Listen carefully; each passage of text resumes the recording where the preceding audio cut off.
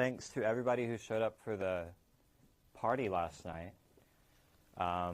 It's kind of amazing seeing so many people in one room. I don't think I see maybe like half of everybody here showed up early yesterday. Yeah, it was interesting and kind of amazing. So I think what I want to talk about mostly is ethics and vulnerability, and how ethics and vulnerability led me to do this. In terms of crypto, I've been in more or less since the beginning, and I've seen all of the exploits at this point. In terms of vulnerability, I think we've seen there's clearly a lot more to come as far as what's going to be exploitable. But if we look at the vulnerabilities that were exploited in crypto up to this point, and the ethics that have been displayed in crypto up to this point, the ethics of Hex is really what brought me into it. And it's at this point largely because of the communication around how communication becomes vulnerability mitigation. So in watching Richard Hart over the last many years, since the beginning of his YouTube career, the nature of the discussion has been consistent and has been focusing on a central point in an ethics type of capacity. I think we all feel that we know what's expected in terms of the forward momentum of the system. We know that there are expectations of exploitations of vulnerabilities, and we know that there are additional expectations of wanting to produce a chain that is intrinsically secure. So essentially bypassing all of the potential vulnerability markers and producing something that no longer is vulnerable. So during the initial couple of weeks, month of Pulse, I exploited the vulnerability very heavily. I ended up with a bag of over $5 billion in the p-stable currency. It was not worth $5 billion. It had tanked to the point where, if I remember right, 70 million of the pDAI was pocket change. And that's how I ended up with $5 billion of that. That $5 billion, I presumed, having been pocket change at that point, it's not going to make the cut as far as stock-wise filling the order to get it to $1 if somebody's holding 20% of the supply. And so the Atropa token was created. The Atropa token was created initially by burning against the majority of the bag of p-stables, with my presumption that by putting this token into the PulseChain, it could start a dialogue of kind of like fated nature, of whether the impetus and the setup that began at moment one on PulseChain would actually ever reach the top bar. So there's a certain number of goals that have to be met for total success if we presume that everything we've watched Richard produce over this time is going to hold true to his ethic. And in my opinion, that is E-hex and P-hex have to be 1-to-1. All of the P-stables have to be $1. All of the stables, if we're calling them, have to stay at $1. And the WBTC and ETH coins, if they are to match the success of they should match the success or failure of those tokens within the non-PulseChain ecosystem. And so the best strategy that I had seen up until that point for providing value to investors matched up with holding this huge bag of tokens that potentially are someday going to be worth an exorbitant amount, more than I want, and at that moment are worth quite a bit. It's 6 figures, maybe 7, but overall at the very bottom it was not looking great. And so the 3 billion pDAI, 2 billion PUSDC were initially set into the liquidity on Atropa and burned. And what this set up in terms of crypto to date is the largest attempt at non-mintable burned liquidity option for crypto investment. And we'd seen several already to that point, coins that had been based off of burned liquidity. And for my experience with them, they all failed because they were mintable. This one was not. This one, I think, it might or might not have been initially mintable, but by now it's renounced. Around the time Teddy Bear was released, I went through all the tokens along the way that I had set up with vulnerability mitigation strategies. Should things go wrong, I can pull. By the time Teddy Bear was set up, I had passed the bar for never ever needing to pull again, and so all of the contracts were renounced at that point. And the Atropa ecosystem really took its life at that stage. At this point, the numbers that I feel are core to the system are related to the Atropa token, the TSFI token, the down token, and the legal token. The Atropa token's the initial token that was set up to fund everything. The TSFI token was set up initially with the thought of rewarding people that I had known for a long time that would find the Atropa name, find the TSFI name, immediately know it's me, feel like they already had trust in me, and they could jump in and swim with the system. At this point, the 300 million down and 200K TSFI, if you look at TSFI, it's a 1 million supply, so 200K is 20% of that. Of the numbers over here in the burn percentage, for anyone that doesn't know what that burned liquidity is right now, I feel like ethically you should rewind the video or restart your career in crypto, because you should have that by now. The LP percent versus burned LP percent maybe is a little more difficult. So if you have, say, $5 million and it's thrown away, it's on burned liquidity, and your total liquidity is only 15% more of that. So you only retained, I don't know, $1 million, $1.5 million out of, say, a $7 million initial halving, essentially sacrificing in the way that Richard posed might be a concept to consider within this community. The end result of retaining 50% burned LP and only 15% more LP at all, and only retaining 1.2% of the entire supply of Atropa, meant that with the creation of the Atropa token, the source was retaining very, very little. The TSFI and down tokens were created to mitigate that for myself and for persons that I know would jump on and immediately know TSFI is the team token. The 1 million supply on the team token is intended to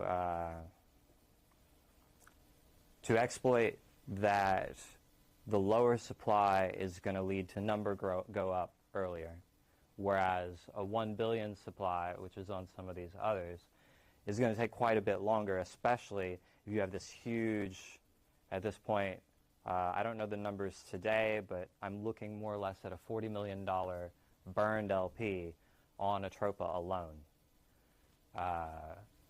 That number, as the P stables go up, as WBTC goes up, is going to go farther and farther up. And what we're going to end up with by the time P stables get to $1, Atropa won't really be buy-inable so much anymore. There's no one that's going to deposit $1 billion into Atropa at that point, in my opinion. There'd be no real reason to. It's going to be a stabilized token that stabilizes with the stable assets. The down token was created specifically for me. So the strategy with this team token is everybody needs to invest into it, and as the team invests into it, the team all supports each other and the number blows up. With the down token, it's more of a long-term strategy of knowing that at the bottom level, when Atropa tokens are converted into down tokens, at the very least, those down tokens are convertible back into Atropa at the same amount, more or less, since it was at inception, for the entire lifetime of those contracts on the blockchain. So the exploitation from my perspective, if I'm really going to exploit this system, I've exploited it already by creating this down token, by holding a total of about 15% of it. And so my 15% mark over the Atropa token, if the down token goes up and up and up and up, and say exceeds the value eventually of the Atropa token, then the number I'm going to see is eventually going to make up for the sacrifice that I made. So I did not sacrifice during the Hex sacrifice stage. I thought that seemed really weird. Within the whole Hex experience, that's been the only portion of events that's really left me with questions. Because we had $2 trillion market cap for the entire crypto industry at that point. And the number that it dropped down to was well below 1 trillion. So we saw more than $1 trillion leave crypto as the war was starting. My perspective on having known that money left the crypto ecosystem is that money eventually comes back into the crypto ecosystem. I think we're starting to see that. I don't know all of the factors that relate to why that goes faster or slower, but I still believe that it'll occur. The legal token was set up after the TSFI and down tokens were placed off of the Atropa token and was initially a fully burned supply. So no tokens of the legal were initially retained at all. And after burning, it had to be bought in from my retained bag at price.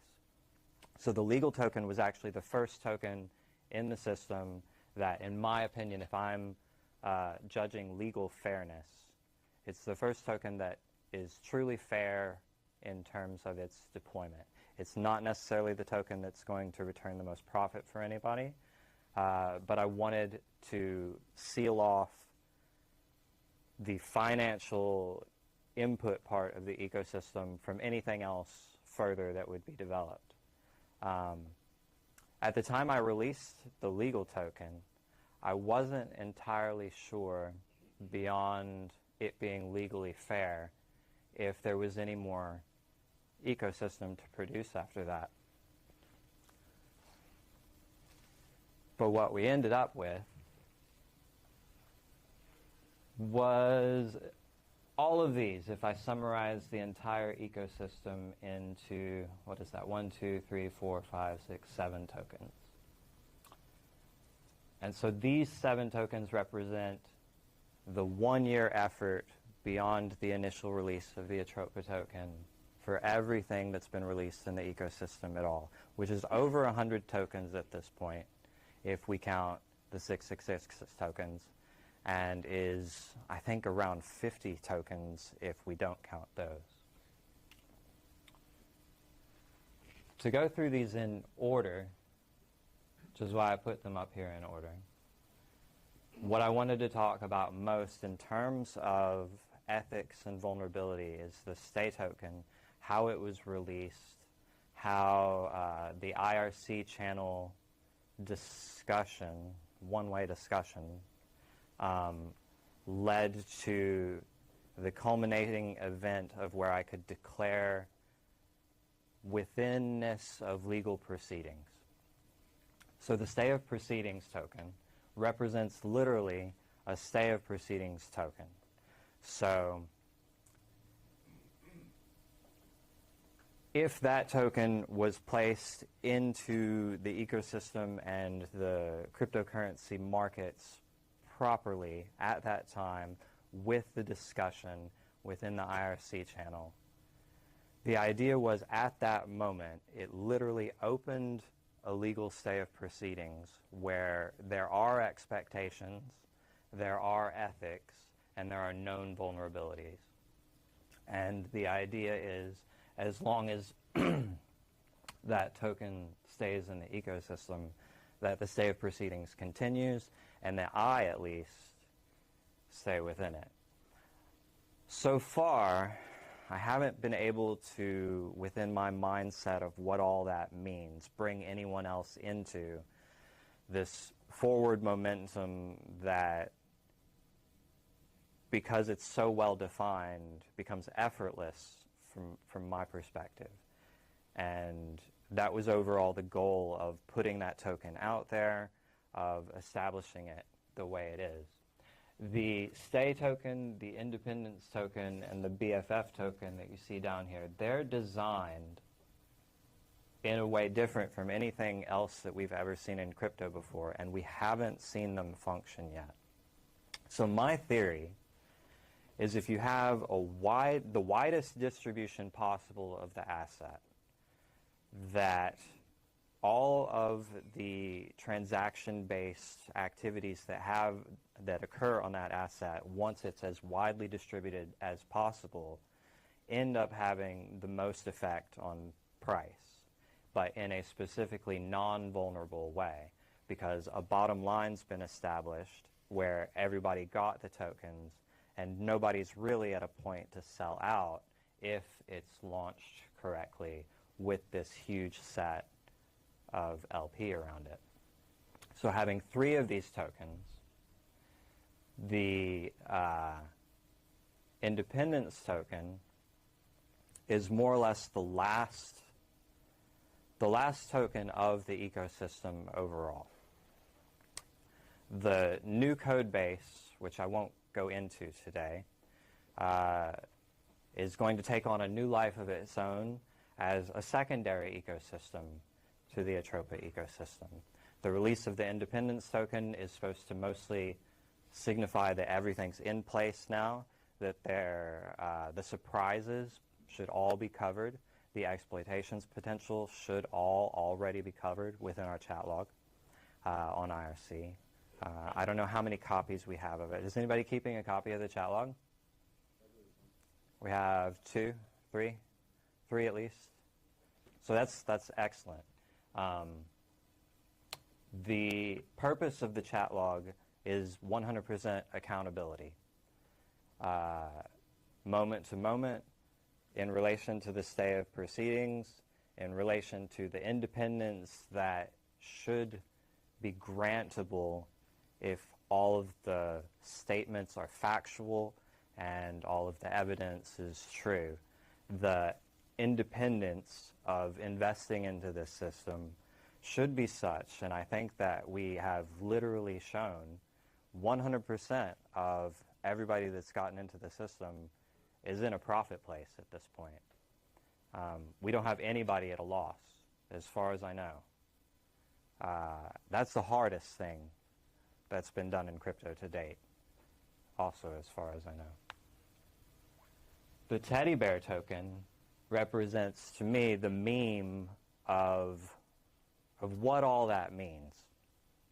So if the teddy bear token is the meme token overall for, at the lowest, simplest level, what I want to provide with all of this, with the strategy for burning the liquidity, for setting everything up specifically within PulseChain, with its ethical direction as I have perceived it over time, and the continuity that I expect of it. And that's kind of where the teddy bear comes in. So I'm most interested, meme-wise, for any meme token, that it really takes on a not a life or a personality on its own, but a requirement of its own. So by releasing a teddy bear meme token, every teddy bear imaginable should be in support if this system is ethical and not vulnerable. The teddy bear should be like about that. The teddy bear is invented about that. The teddy bear is gifted about that. So every teddy bear, if we go through literally just real teddy bears, AI teddy bears, any kind of teddy bear you just draw on a piece of paper. Can you draw a teddy bear that has anger in its heart towards the ecosystem? Maybe. I don't know. Probably one could. I really want to see it. Artwork-wise, that would be amazing. But if we compare the teddy bear token to other meme tokens, so Doge, I think is the top one that has any sort of real momentum within the non-crypto world. So everybody more or less knows about Doge. But you see a Doge, say, like walking with a human, and it's not necessarily a crypto Doge. For the most part, this entire breed of dogs, as much as they would really like them to be representative and like on the street team for the Dogecoin, they're not. I feel that it is possible that the teddy bears, not on the street, potentially on the street, but that the teddy bears could be a real viable momentum forward for selling trust in the ecosystem if the ethics are correct and if the vulnerabilities are not overtly exploitable. The Treasury bill, which is drawn off the teddy bear, is intended over time to take on its function, specifically probably in relation to the secondary ecosystem that will be developed, based on how the teddy bear represents the trust in the success of the ecosystem, the Atropa ecosystem, and the future ecosystem as they grow together. The Treasury bill is currently held in large portion by the Treasury. You'll see 250 million out of $1 billion. That's obviously a lot. It's also mintable. It is the only mintable token in the ecosystem as far as you can mint any number you want. There's a number of tokens that are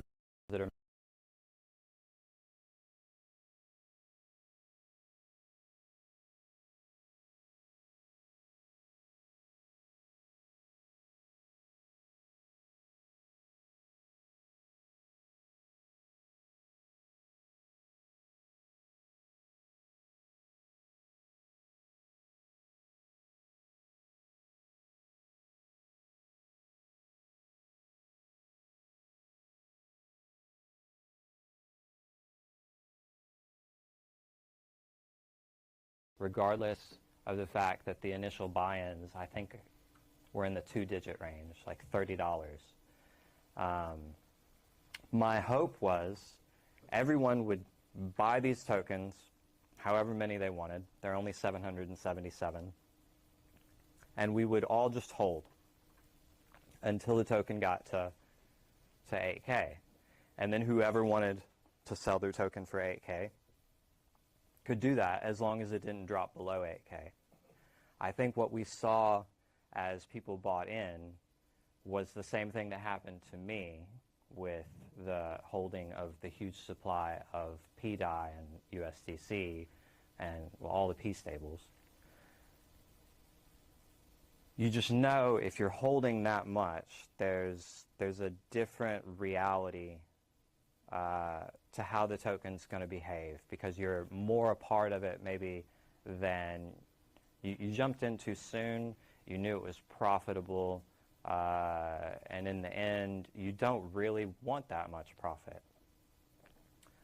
We're several months into the BFF token at this point, and we're getting close to the 8K mark. A lot of tokens have been sold below the 8K number, even though we've hit it a couple of times. The idea is once we hit that 8K number, I still hold, is the number up there? Yeah, I still hold 173 out of 777 of these tokens. Those 173 tokens, at least half of them, will be placed into burned LP strategies while maintaining this 8K number. So we'll establish the bottom line, we'll be establishing a bottom line number for the BFF token such that everybody getting into it will still be in this, not a guarantee, because I don't know how to write that yet, but a known 100% everybody's in profit, nobody's at a loss. Which brings us to this OT token, which is called Scissors. That one I control almost all of. Scissors and reading and writing. Writing I have bought back to the point where I control all of it again. The target numbers over here, which you'll have seen, are overall targets for all of the tokens. They're not necessarily meant to be, they won't all be hit at the same time, but those are the numbers I'm looking for next activity on any of these tokens in this list. Like I said, the Atropa ecosystem, from my perspective, is more or less closed at this point, other than once these targets are hit, and a couple of other potential analysis audit points. I won't be causing any major movement within my tokens regardless, but I certainly won't be causing any major movement without specifically being within an established audit in-safe process within the IRC channel. The OT token is meant to represent that you know that I'm doing that. So if you really want to support me directly, that's the one that I'm possibly going to exploit. So expect that one. If I want the cash, it'll drop. Because I have the capacity to do that. Yeah, right? That's what we all do. Yeah, I kind of glossed through a number of the numbers. I kind of just like having them up there on the screen because they're the targets and the factual state of the current ecosystem. And to the best of my knowledge, they're incontrovertible evidence within what I would like to establish for others beyond myself as this safe process proceedings.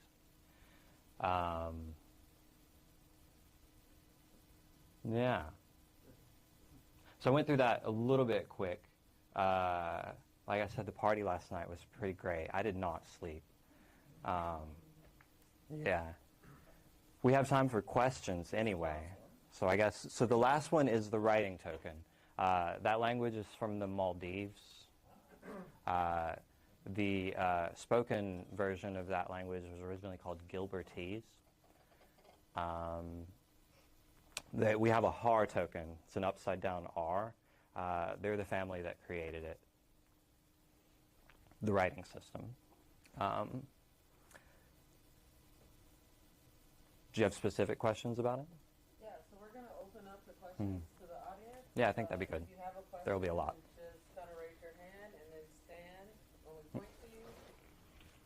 Yeah, I was just going to ask, what can we do to support the ecosystem as it is now? Like, what could we do? Yeah, I think a lot of people have asked that, and the ethical answer is I don't care. So my purpose was setting up a technology.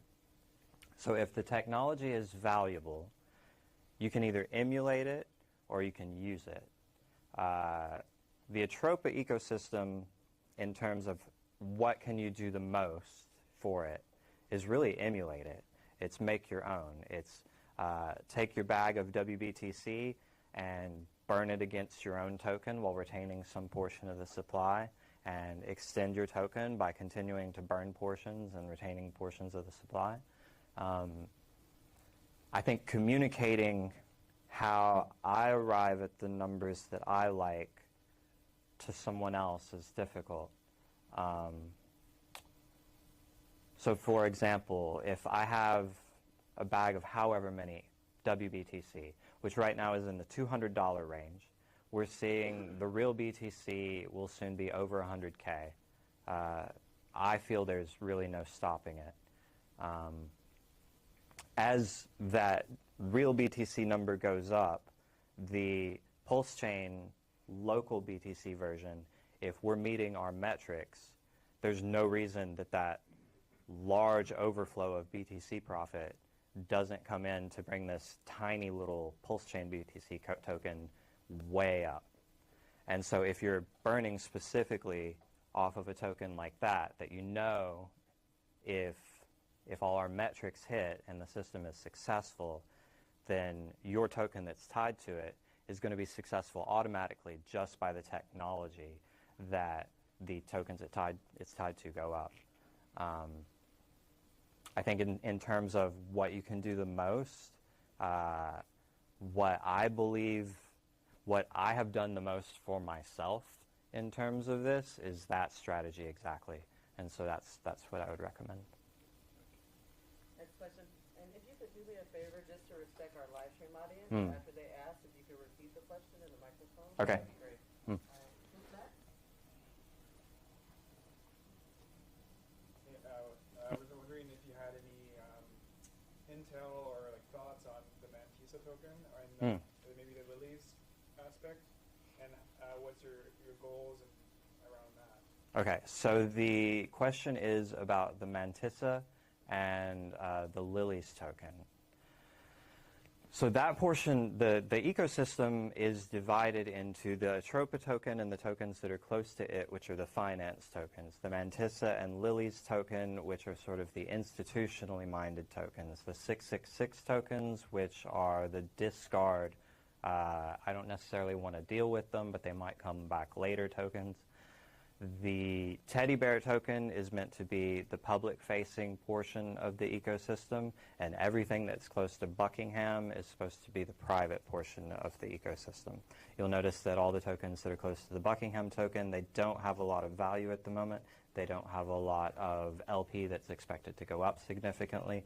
The idea is that as the Mantissa grows, as the institutional portion of the assets grow, that the private portion will be funded through that, and the institutional portion will represent sort of obligations that the system has to vulnerabilities that exist, not ethically, but aggressively, in terms of what I most want to do with the success of the ecosystem.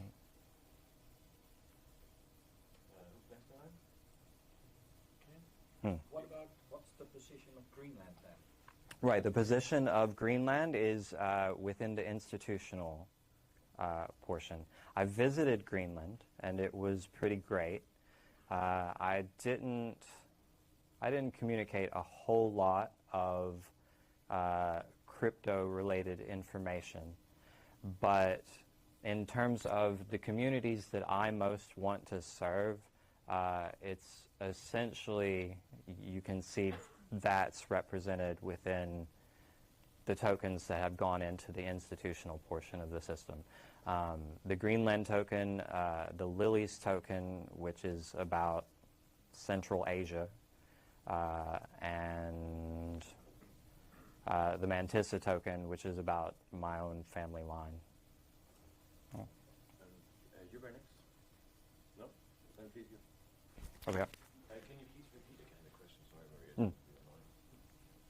Yeah, why do you believe that EX and PX should hold similar value?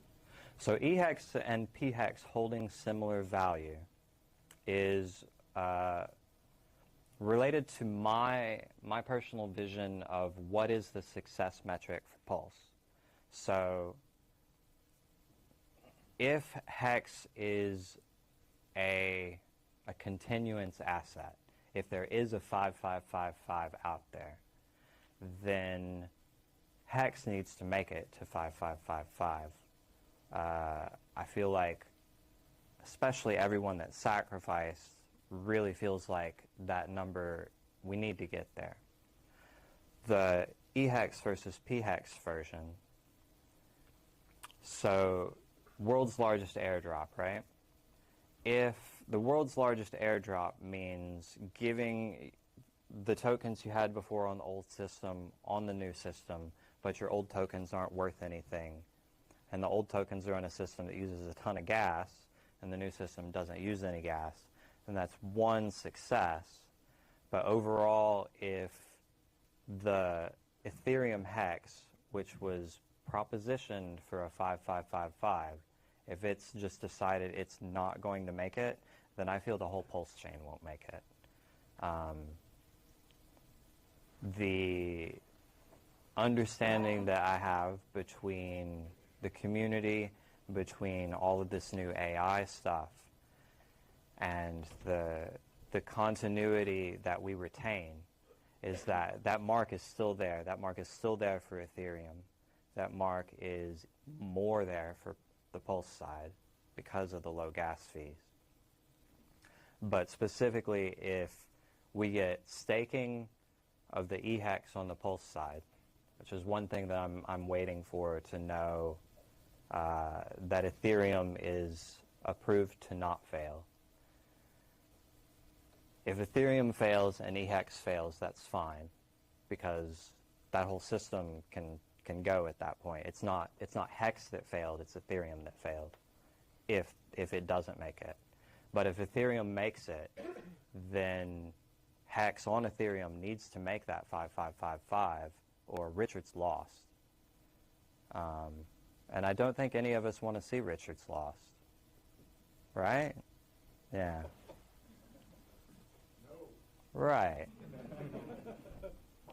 Is that sufficient answer, or do you need more depth? Yeah, Or? you showed me your vision on it, but I think, yeah, especially what Richard Hart is basically bashing EX, should we consider EX more like Ethereum Classic, like there's now also the new... So, a lot of people are saying that Richard's bashing EHEX. I have not come across those words being said or those words being produced in his writing in any form. It crashed, and a lot of the community said things about it, but Richard did not. And so, from the perspective of the voice of Hex, I have not heard from the voice of Hex in any form that EHEX is not going to make it. I have heard some inklings that Ethereum might not make it, but those are two different things. Yeah, basically that the Hex on PulseChain is the better version, so Yeah. less of the chain. The gas fees on Ethereum are unacceptable. Yeah. I think we all know that. If the gas fees on Ethereum can suddenly be made acceptable, it's a whole new game for them. If it stays the way it is, I still believe EHEX can make it on PulseChain with staking on the Pulse side. I think EHEX can make it on Ethereum without staking. But if it's costing $100 to end stakes, then it's out. But is it better to have all that monetary power in one coin, so it won't be split over two coins, but everything into EHEX? But so the argument that if that is, it would be better to have one set of coins versus two sets of coins. That approaches centralization, and we obviously don't want that. I believe we'd like to see as many copies as possible all having 1-to-1 ratio to each other. The question of supply is a secondary thing. And there's a huge amount of hex supply that's held by the hex creation addresses that's on stakes from the creation addresses, etc. And so if the tanking of the EHEX price is, in my hope, if the tanking of the EHEX price is meant to provide more incentive to go into EHEX, similar to the incentive currently to go into P stables, similar to the incentive to go into WBTC, while PulseChain grows and meets its mark as better than Ethereum, which I don't think we can say that the whole public has addressed and accepted that Pulse is better in that way. We're on the way to it. When we hit that mark, it's a different question. But from my opinion, if the hex origins originally held about 50% of supply, something like that, 40%, the number is very high. Putting it on two chains and having double the number of tokens, it's not that big of a jump. They still have the exorbitant amount of supply. And so tanking one of them to get more of that supply into the hands of investors is possibly a good move. And I purchased 100 million EHEX after it dropped. I expect that will, I expect them to go 1-to-1, regardless. Somebody else got a question to follow up? Please go ahead. Could you speak a little bit more about which tokens you may have a vision for burning liquidity into BFF with? Yeah, so burning into BFF, the strategies on the stay of proceedings token and on the independence token were slightly different. The independence token burnings were supposed to be related to tokens within every token within the entire ecosystem. Everything's in the addresses.sol on GitHub, but every token within the ecosystem that has an independence capability. So there's a few that were left out. I don't recall off the top of my head which ones were left out. I believe the stay of proceedings or independence ended up with more than the other. The idea for the BFF token is it will have more LP than either of those two. If we start to see success on the stay of proceedings token or the independence token, I expect we'll see investment into the BFF token, and those LPs will start to be provided. But from my outlook, the BFF LP will be provided against every single token within the addresses.sol file to the ratio of 1 BFF to the value of 1 BFF of the other token. And so by the time this BFF token has, I don't know, how many tokens are in the, does anybody know how many tokens are in the addresses.sol? No. Like I said, it's 60, 70, somewhere around there. And so with 70 LP pools, and they're all at 1 to value of 1, as the value of 1s go up, the BFF number has to go up as well. And as the BFF numbers go up, all of the attached tokens have to go up as well. So what you end up is this like springboard kind of effect as anything goes up. And so the concept between having all three of these tokens operating at the same time with these strategies is that you will literally see like a solid trampoline kind of effect on what the price does. We haven't seen it yet, it's just a theory, but that's what I expect to see.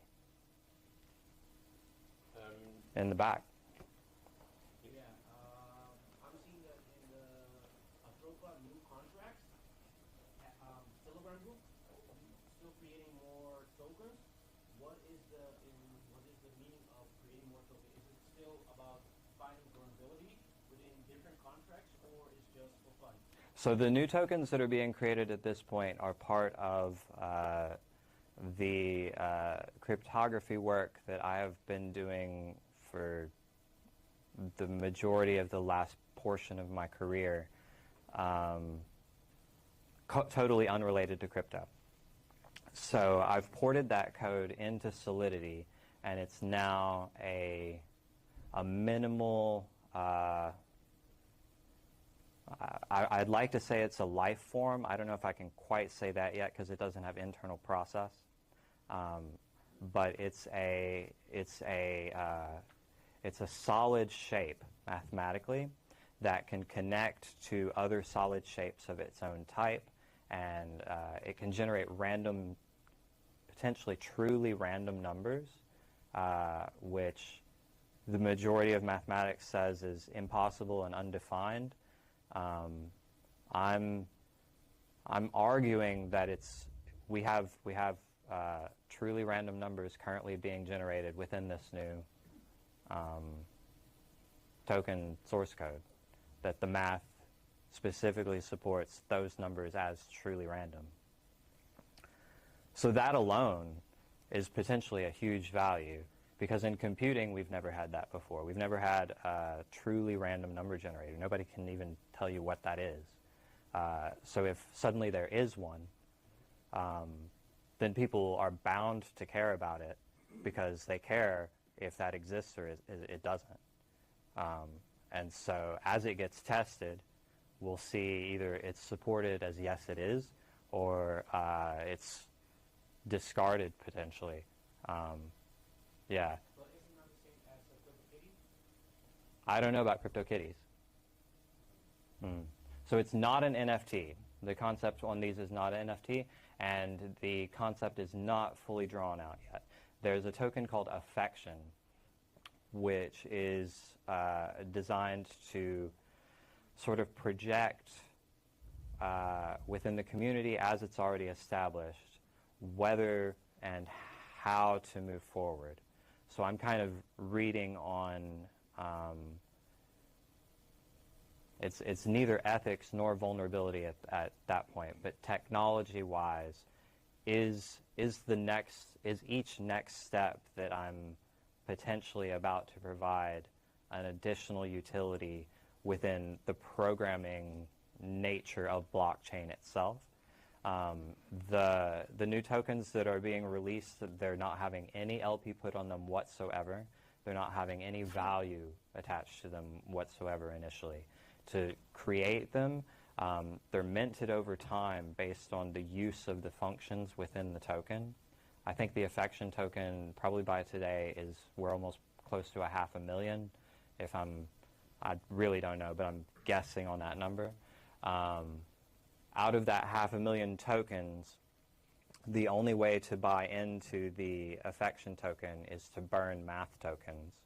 And the math tokens, which is a library token, has a random number generator on it that all of the new tokens will have to call in order to set themselves up initially.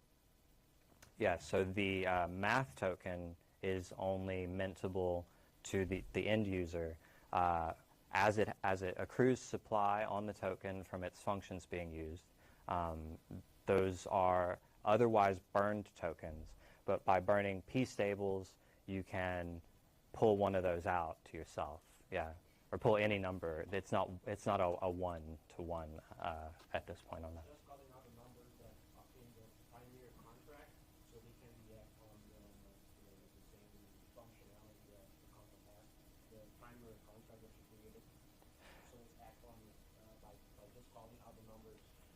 Yeah, so vocabulary-wise, using the word primary in relation to the new tokens, I would say the primary is actually the token source code itself before it's deployed. And the purpose of putting this token source into the blockchain is to define a primary independent reality from the Atropa ecosystem for this new mathematical, I hope it will develop into like a gaming system. But gaming's a lot farther than random numbers.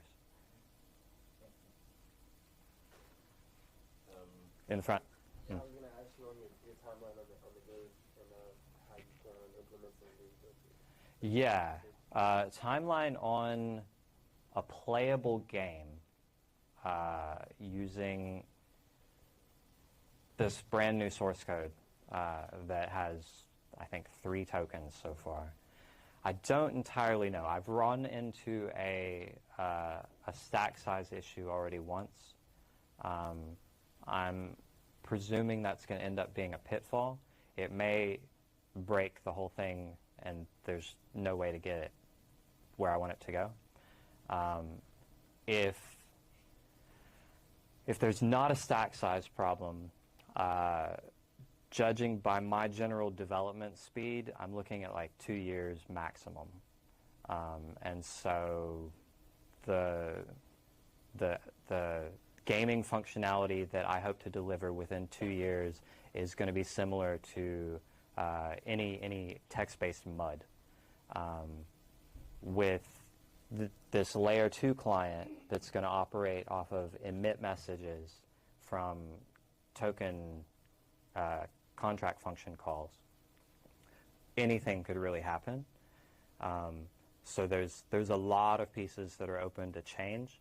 There's also the fact that a MUD text-based gaming system, while it can be built using the source code I have in mind, there might be something more intrinsic and organic that becomes more interesting, and the development will shift and not go into a game, but go into just straight up like a platforming, anybody can use this to do who knows what kind of thing.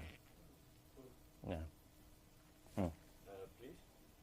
So my question is, do you think more pairs are better, or is it the arbitrage that's holding back the price action?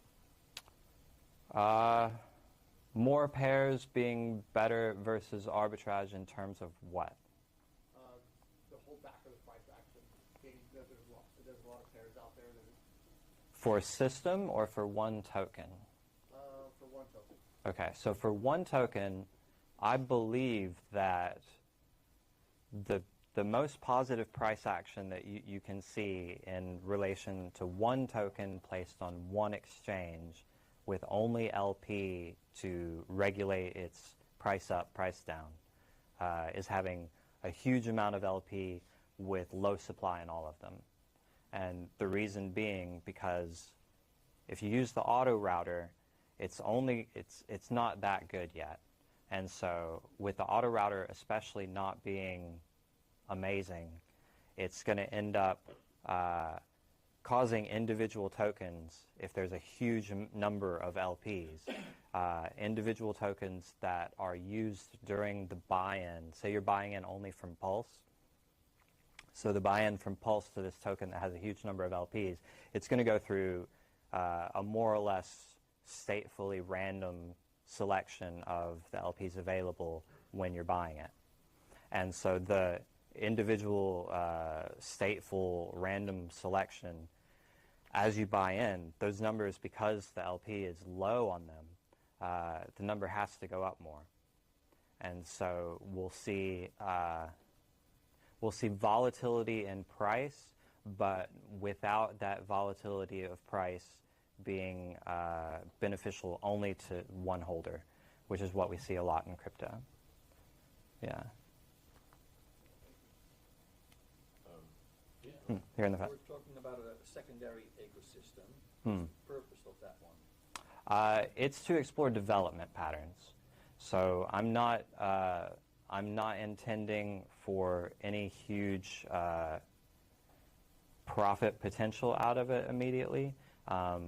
The benefit to the chain is that it will ultimately burn more P stables while they're at a low price, and so the benefit to the agencies that control the stable coins makes it more attractive for them to invest in PulseChain. So we have pDAI already with 20% of the supply locked in Atropa forever. All of the stable coins, as far as I know, they're mintable by the entities that control them, and so that percentage of 20% of the Pulse DAI might not stay 20%, but it will stay FDV wise a very large number, and that number will only go up as the price goes up.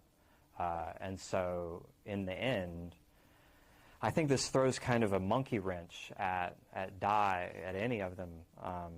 If you're a stablecoin provider and on all your networks you're operating normal, but on this network you've got $5 billion that is different from money on all your other systems, but different in a positive way.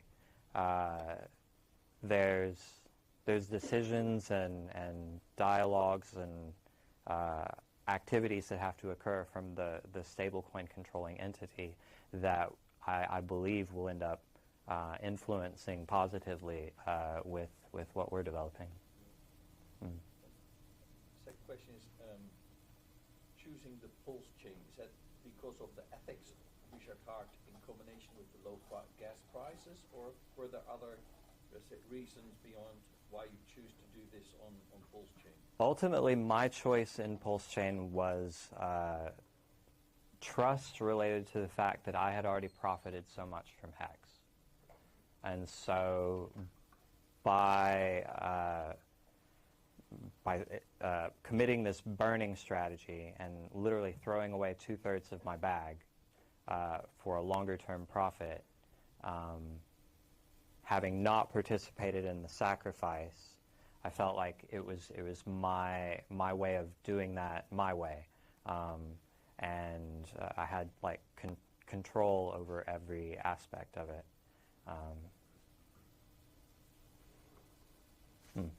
Can I tag on to the previous question? Yeah. So, is there then not any vulnerability from your perspective with these stable providers like Circle and? I don't know. I think we've seen nothing but trustability from them, from my perspective. We've seen a couple of dips and whatnot. I think those are to be expected because we're nascent, clearly, within finance. The numbers aren't big enough within large financial institution reality to support keeping them pegged at $1. Like, that number is going to change. It's going to change by like 15 cents if there's a huge player. And so the trustability that we've seen from, I think, USDT and Circle have had the FUD the most. But the dips that we've seen and how quickly they restored it, the numbers that are released as far as the backing assets, I don't necessarily know if SEC involvement, how that tracks with the stablecoin operators, so that may be an issue. If there's legal crap going on with some of these providers that we aren't privy to, then that's kind of an issue. But evidence-wise, everything that I'm seeing is in support. Please go ahead in the back. I didn't see you. Yes. So recently we created the token. Or can you speak up? Yeah, come closer, please. So recently we created the token. Oh. Just to create adoption for the Atropa and PulseChain. You paired it with the Yaya token. What are your thoughts on it? Would you want to see more of these kind of initiatives?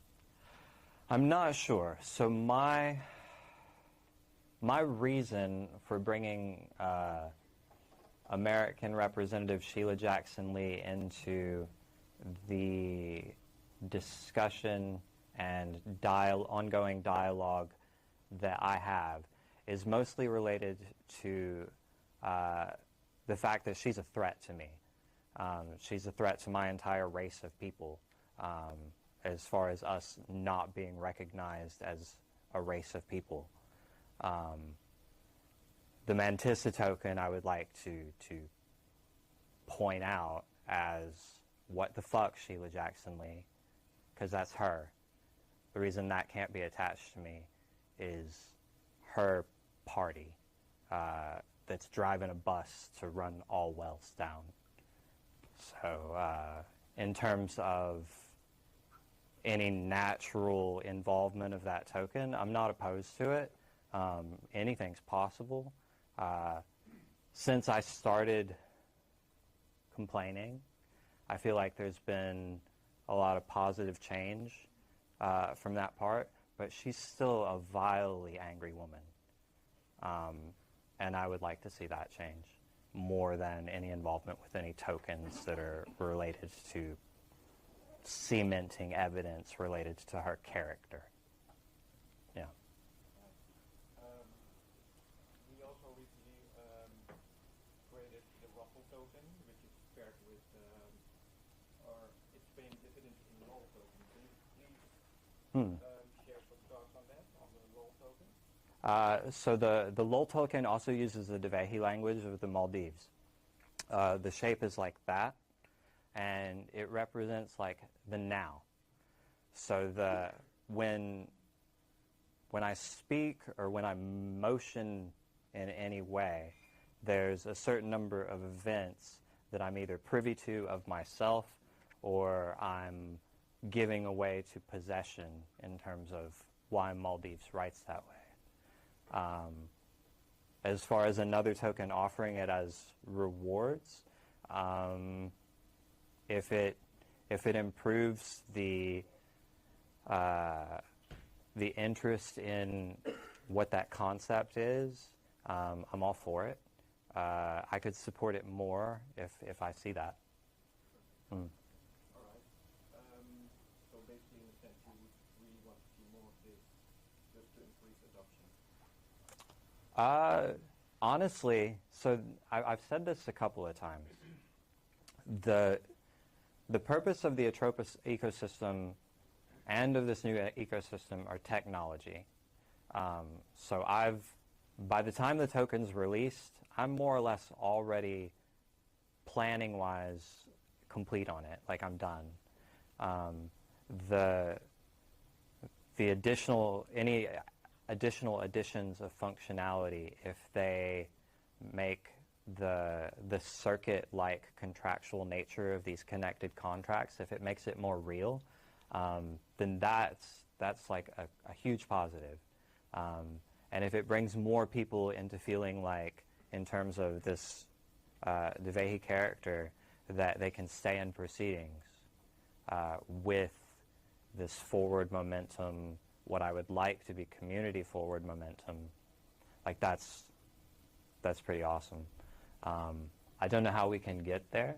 I'm very aware that a lot of people are citing it, and we're building that vision. And after we build the vision, we can move forward in it. But right now, I feel like for the most part, there's a lot of we don't know what this is as a together object. Maybe I know what some things are and you know what some things are, but overall, putting those together and moving them forward in blockchain technology, like it's not happened yet. And so any effort towards that is all positive.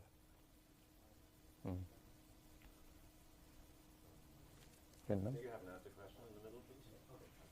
Okay. What are the biggest hazards or risks for the Atropa ecosystem to if these things happen? the ecosystem cannot reach the target you have? Risks in relation to target? Risk. Okay. So the risks have all been covered within the IRC chat log. We did an audit going token by token straight down the list, and the risks for the most part that are identifiable are all intentional. There are portions of the ecosystem, especially for developers, that I intend for a brand new person to be able to come in and immediately be able to like pull some money out of the system with zero or very small outlay. The new economy tokens in the dysnomia system, because you buy in ultimately with one P stable of any kind, and they're all at different rates right now, into one of the new token, and then it trades in LP for a higher price. The setup currently for anyone that wants to come in and develop bots, like you can easily make $40, $50 an hour just exploiting that pathway. Risk-wise, those are the kind of risks that I'm looking at. I want those risks to be there. Whole team. Yeah. What kind of events, maybe, well, malicious events or technologies Right. that would impede the ecosystem to reach that target? So as far as I know, there are no risks that will have effect to the whole ecosystem, because of the way it's laid out, because of the burned LP strategies. Like I can't take it out, and if I can't take it out, the exploitation vectors are really minimized already.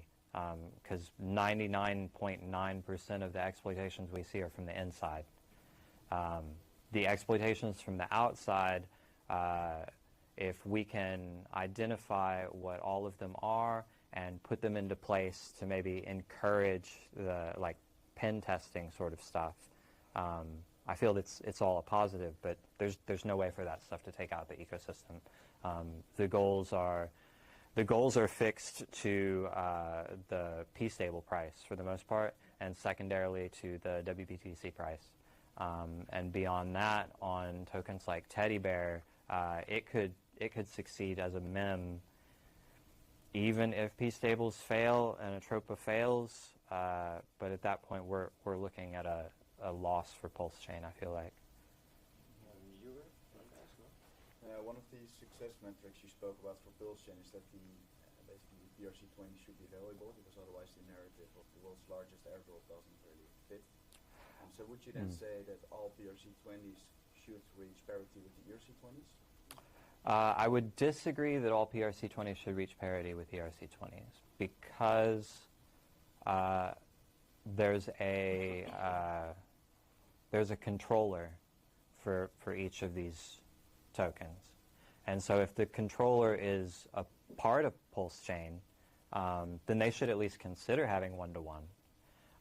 But if it's, I don't necessarily know one that's completely outside of PulseChain off the top of my head, but say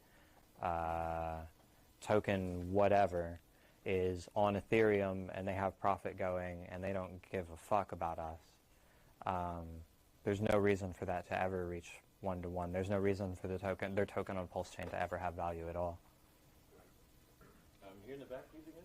Commenting on what you just said, we have the crypto.com Pro ecosystem that just paired to on the Ethereum site. I think it was 2 weeks ago. So that I think that like you just said, right? That on one party, someone is have control on these tokens, right? So the community can still, be incentivized to make it grow, even though we know that they have a lot of supply on the other side, that they can just rub the chain if they want to come back to the other side. So the main issue I see it as far as tokens on two systems that would have community support on PulseChain is that the token creator on whatever other chain, Ethereum side, they have control of that token. So if it has minting functions, they have control of that.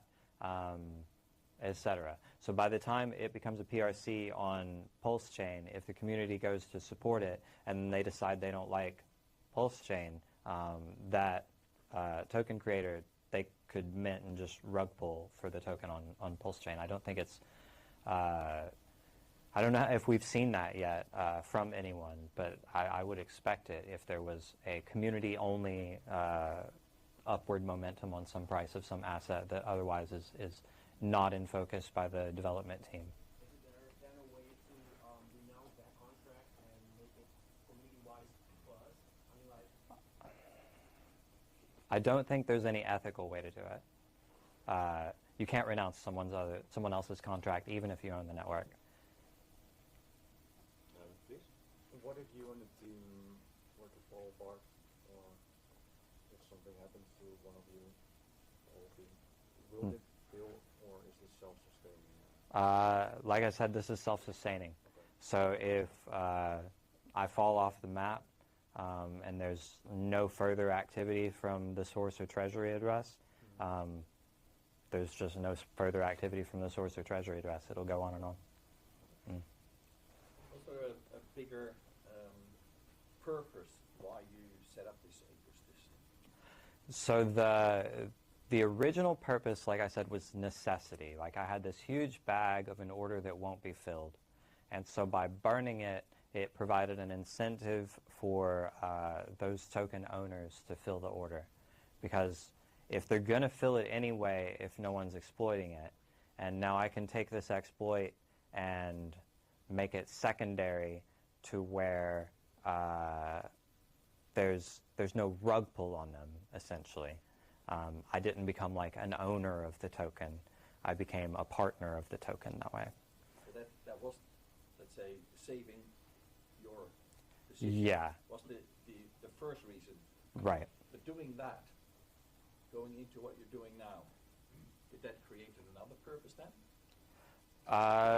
Is it you want to leave a legacy behind, or what's? Well, so the new tokens with this new code base, that's just what I like to develop on. I've wanted to make some sort of application for, I don't know, I've been working on it literally since 2006, one way or another. Different network stacks, different math. The math at this point has been solid for about 8 years. And so I don't see that changing at this point because it hasn't changed in that time. But the structures around it, if the structures within the new token structure do end up supporting like a random number generator, in my opinion, on the blockchain, if it can be shown above security tolerance, it's literally a game changer. There's this whole class of things that traditional money operating systems use random numbers for, like gambling, but also any kind of security. If we can start to emulate some of these capacities, then we'll see additional development that will boost the entire ecosystem. And if it's not, if there's no reason to buy the tokens that I'm creating now, and there's no necessarily like huge monetary value to them, but the functions are callable just for the price of gas, and that gas price stays very low, I feel that that's a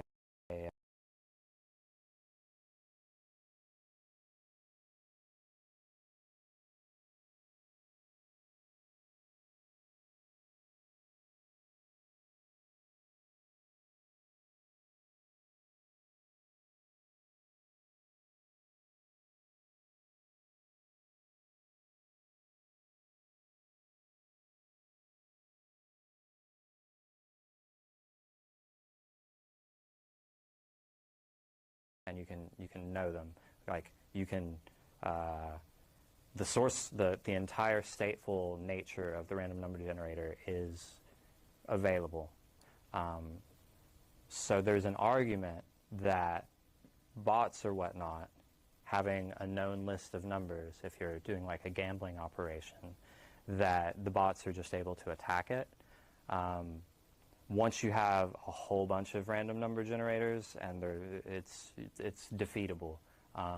You can make it more than secure enough for all gambling related stuff, I feel like.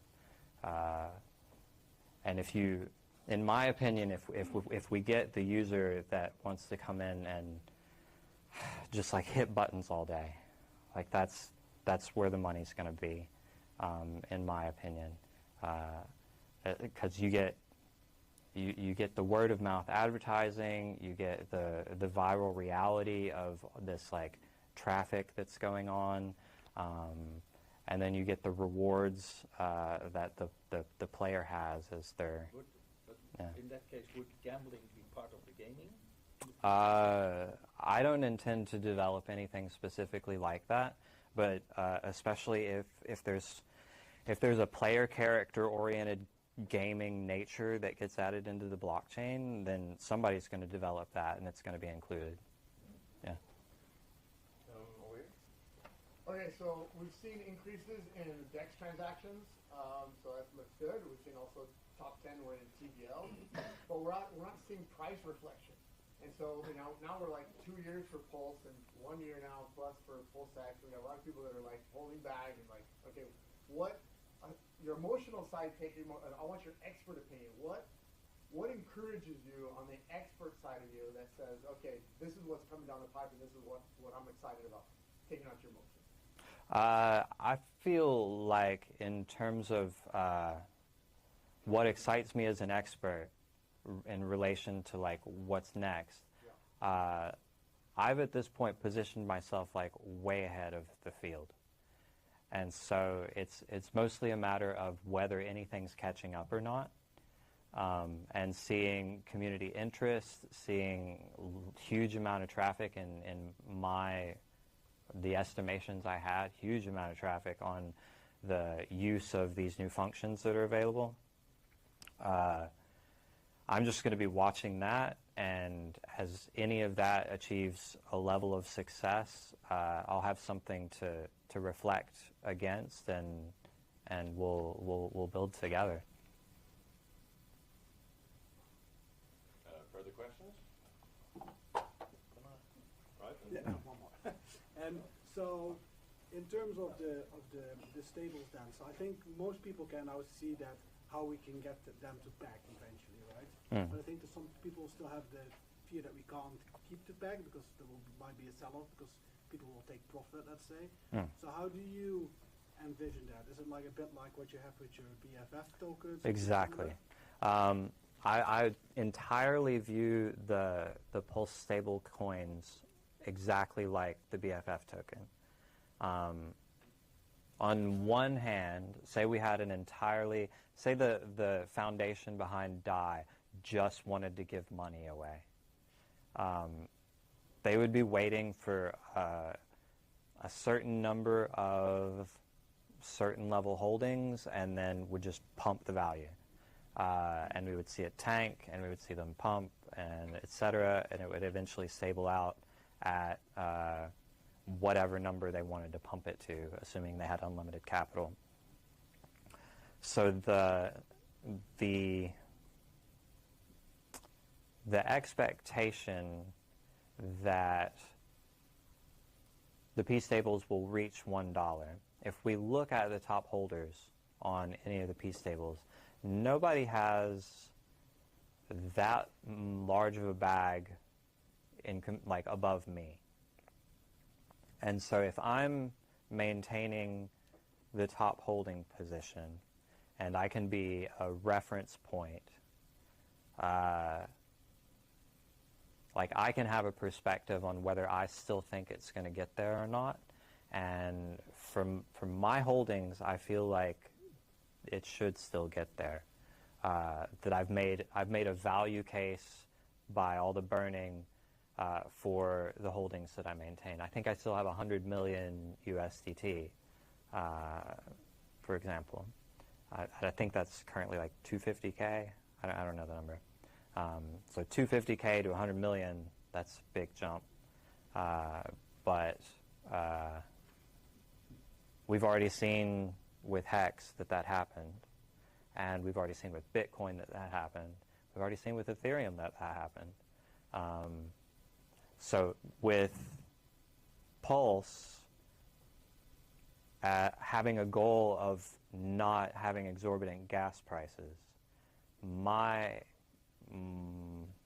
view is that the slow bringing up of the P stables and the slow bringing up of the local BTC and potentially the WETH being either tied directly to the Pulse price, which means ETH falls to the Pulse price, or ETH, it's like that's sort of a contingency unrelated to the P stables, but that's the only outlier that I know of in that group.